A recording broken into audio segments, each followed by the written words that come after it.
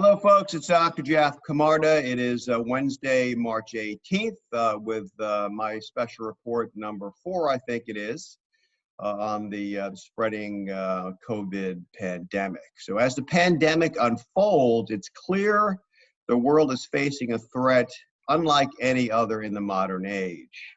It's already transformed society with unknowable lasting effects. If ever there was an out of the blue, out of nowhere black swan event, this clearly is it. So it's very, very important, please, for you to remember 2 things. Number 1, we will get through this. The human race always has. The economy and the markets will recover and things will get back to normal. That's inevitable in my view. It's just a question of time. Number 2, the most important thing for you and all of America is this: be smart and be safe. Don't get the virus. Don't pass it on.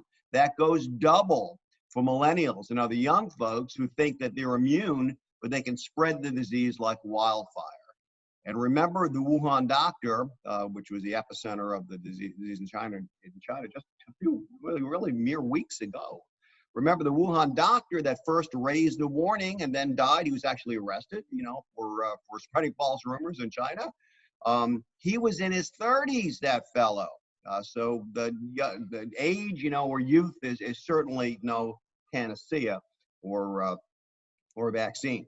So stay home, stay away from others. If the rate of spread gets out of control, like it has in Italy, which is just an utterly tragic situation, it's horrific. The damage in the United States will be far, far worse. We got to flatten the curve and not let it spread. Don't go out, don't go around, wipe surfaces down, go into lockdown. I also suggest you all subscribe to the phone version of the New York Times. It's inexpensive and you will get invaluable information that you won't find anywhere else, regardless of your political opinion of the New York Times. They are an icon of journalism and it's really, really good data. I'm reading it all day long, even more than the Wall Street Journal these days, so I'm aware of what's going on in the world. This from the Times last night, I think it's on TV today. The new study finds that the virus can live on surfaces like plastic and steel for up to 3 days. It lasts 24 hours on cardboard and paper, so be careful to disinfect packages as well as doorknobs and light switches, toilet handles, whatever. Be careful with takeout bags and packages too. I got a big argument with my son Dante last night, who's 12, but couldn't understand why we couldn't have DoorDash for Burger King. And I was like, well, Dante, maybe they sneeze on your food before they were, oh, they don't do that. Well, you can't even have, you've been there. Many of you have. I mean, things just happen. Human beings can only control themselves so much.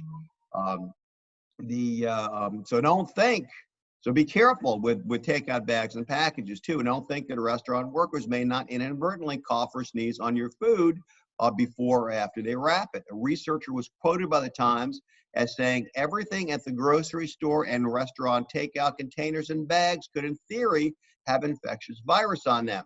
If people are concerned about the risk, and who wouldn't be, they could wipe down packages with disinfectant wipes and wash their hands. It also lingers in the air, in the actual air, for up to 30 minutes.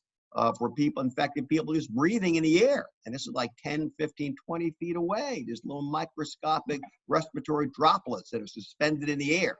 You breathe them in, you're exposed. After that, so that, again, that bad air comes from infected people's breath. Keep your distance, and really, what is worth going out for that's more important than your life and your health and that of your family? Be smart. I know it's inconvenience, but you make decisions based on the relative values, not just let's make believe this isn't happening. It isn't. It is happening. Just half an hour ago, Kim's sister reported that somebody at Jacksonville Beach was whisked away by people in a hazmat suit in an ambulance with nobody in the back with her to minimize exposure. This is going to hit us like a tidal wave. You need to be careful. All right, on to financial matters. And here are some very vital strategies that I hope that you will bear in mind. Number 1, this is the time to cut back spending. I know it will exacerbate the recession, but I don't want you to run out of money.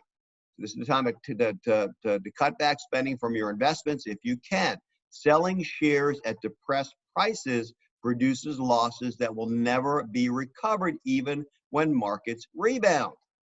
If you are living off your investments, it is time to rebudget to see what you can cut. For now, you are far better staying invested and reinvesting interest and dividend income than you are spending it.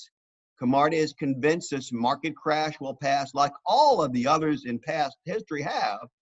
And hopefully this will pass later this year, but we want you to come out in good shape on the other side. So please, please, for now, we strongly advise that you pinch your pennies very tightly. Please, please reconsider that.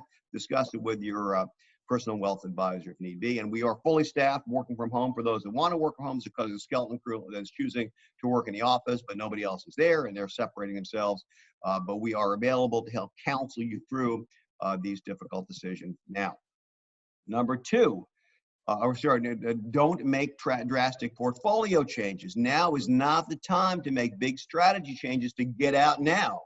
Those who do risk locking in losses and missing the near certain rebounds, forever stunting their wealth. It's hard. I know it's hard. It goes against your human nature, but try to be strong and not watch or obsess about your account values. They're in bad shape. They're probably going to get in worse shape before they get better. It is what it is. All you can do is control your behavior and not hurt yourself by making bad decisions. So please leave it alone. As is oft said, this too shall pass. It always has. Number three, refinance if you can. Money is fire sales cheap now as the Fed's gone to zero. ViStar was offering, which is one of our lenders here in Jacksonville, was offering 15-year mortgages in the 2s before this hit, and will probably go far lower before Kim and I lock in our refi. This may be a once-in-a-lifetime opportunity to save a bunch of dough, so think about doing that and maybe consolidating debt with, we've got some rental real estate, some other stuff that's more expensive that I'm looking to roll into the cheapest borrowing that I can find. Something to consider for you guys that have more than just a home mortgage. And number four, consider investing more now if you can. I know it's tough. It's tough. Catching a falling knife, right? It's tough but very smart. Warren Buffett once said something like, every once in a while, every once in a great while, the financial skies deeply darken and then rain gold. When they do, you want to be outside with a wash tub, he said. I'll say a bucket, but not a teaspoon. You want to take advantage of it because it's a pretty rare but golden opportunity. A client, I remember sitting in my office in 2008 during the depths of that market crash. People are walking folks back from the ledge every night. Saved most of them, thank goodness. I remember him saying that my friends think I'm stupid for buying stocks now, but in a few years, they'll think I'm brilliant. And of course, he was right.